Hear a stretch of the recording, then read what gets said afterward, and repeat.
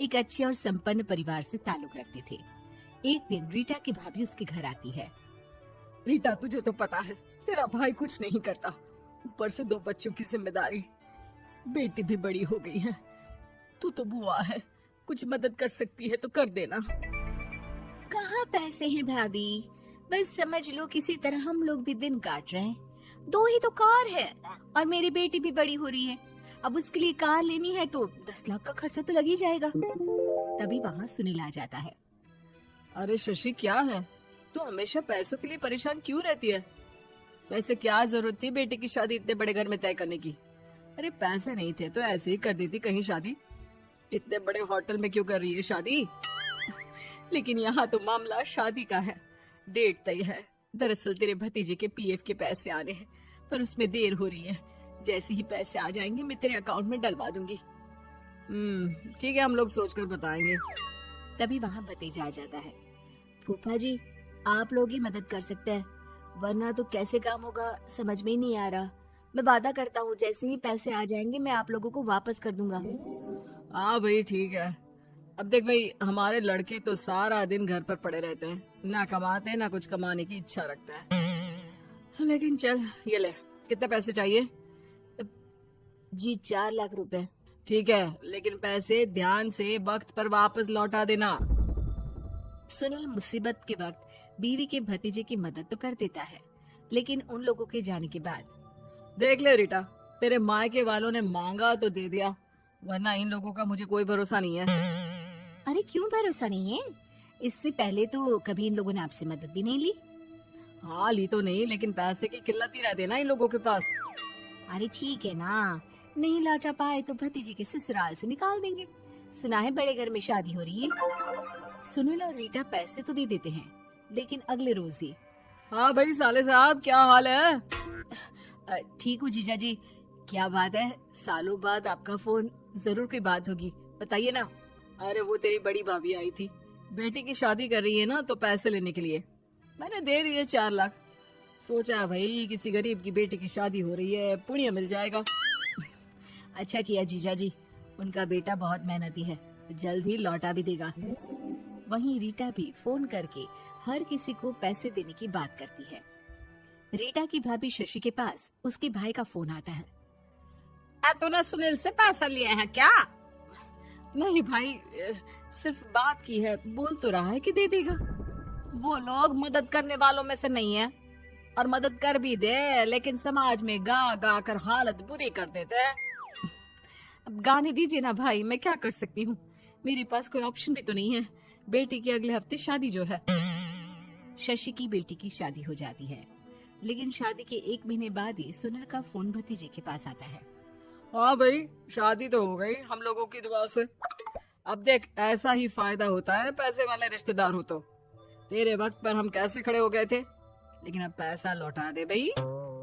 जी मैंने पीएफ के लिए अप्लाई कर दिया था, उसकी नोटिफिकेशंस मैं आपको भी भेज देता हूँ। मुझे लगता है 10 दिन में पैसे आ जाना चाहिए। जैसे ही पैसा आएगा मैं आपके अकाउंट में डाल दूंगा। और ना जी ना, कोई नोटिफिकेशन नहीं चाहिए, पैसा चाहिए पैसा। ठीक है अंकल, बस 10 दिन का समय दे दीजिए। अभी हफ्ता भी पूरा नहीं होता कि भतीजे के पास उसके गांव के दूर के चाचा का फोन आता है। और अब बेटा क्या बात है, सुनील के कोई पैसे ले रखे हैं तो दे क्यों नहीं देता? हाँ चाचा जी, बात तो हुई थी, 10 दिन का वक्त मांगा है, उम्मीद है हो ही जाएगा। अरे फोन कर रहा है, रोज बता रहा था कि बेटी की शादी में मदद की थी। अब क्या है ना, भले ही शादी 10 दिन रोक देते, लेकिन सुनील से मदद नहीं लेनी चाहिए थी। याद है ना, मधु की मदद करके कितना बदनाम कर दिया था उसने पूरे घर को सोसाइटी में। हाँ चाचा जी, मैं भी यही सोच रहा था कि उन लोगों से मदद नहीं लेनी चाहिए थी। कई लोगों के फोन आ चुके हैं। वही रीटा अपनी भाभी को फोन कर देती है। क्या है भाभी, कब पैसे लौटाओगी? पता है ना ये कितना बोल रहे थे, तुम्हारे बोलने पर मैंने पैसे दिए हैं। भाभी अब तो आपके बेटे की कार बेच दो और हम लोगों के पैसे दे दो।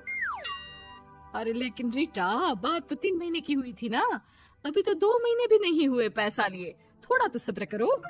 नहीं नहीं भाभी, वैसे मेरा बेटा टिक्कू आ रहा है आप लोगों के घर रहने के लिए, उसको अच्छे से खिलाना पिलाना, समझी?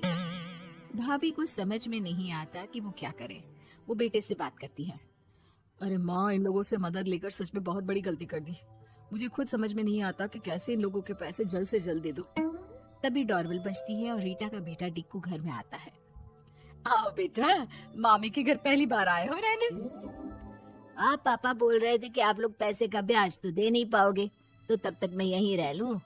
और हाँ, मैं एसी के बिना नहीं सो पाता। आप लोग अपना देख लेना और पैसे जल्दी लौटा देना, क्योंकि मैं थोड़ा जल्दी जाना चाहता हूँ। रीटा का फोन शशि के पास आता है। भाभी, पैसे कब तक दोगे? बेटे की विदाई के बाद शशि के घर का माहौल बिल्कुल बदल जाता है। वो हर वक्त बेटे से उसके पीएफ के पैसे पूछती, और पीएफ यानी कि सरकारी काम आजकल में पूरा 1 महीना और बीत जाता है। भाभी, मैं और ये अमेरिका जा रहे हैं, घूमने के लिए पैसों की बहुत जरूरत है। रीटा, मैं पूरी कोशिश कर रही हूँ कि जल्द से जल्द पैसे का इंतजाम कर दूं, लेकिन पक्का नहीं बोल सकती। तभी सुनील का फोन भतीजे के पास आता है। देख माना 3 महीने की बात हुई थी पैसे लौटाने के लिए, लेकिन अभी मुझे पैसों की काफी जरूरत है। मैं अमेरिका जा रहा हूँ, तो पैसे मैंने किसी से ब्याज में पकड़ लिए हैं। तू हर महीने 4 लाख का 20,000 ब्याज डाल देना मेरे अकाउंट में। सुनील फोन रख देता है, लेकिन भतीजा काफी परेशान हो जाता है। वो ऑफिस से शाम को घर आता है कि माँ पूछती है, क्या हुआ बेटा? बेटा माँ को सारी बात बता देता है। माँ भगवान के सामने हाथ जोड़कर खड़ी हो जाती है और रोने लगती है कि तभी बेटे का मोबाइल पर मैसेज बजता है। माँ, पीएफ के पैसे आ गए। और वो ऑनलाइन ही सुनील के पैसे वापस कर देता है। भला हो भगवान का। लेकिन आज एक बात तो समझ में आ गई, मदद हमेशा उन लोगों से लो जो मदद के बदले आपसे मदद में दी गई रकम ही वापस ले, ना कि समाज में आपकी इज्जत।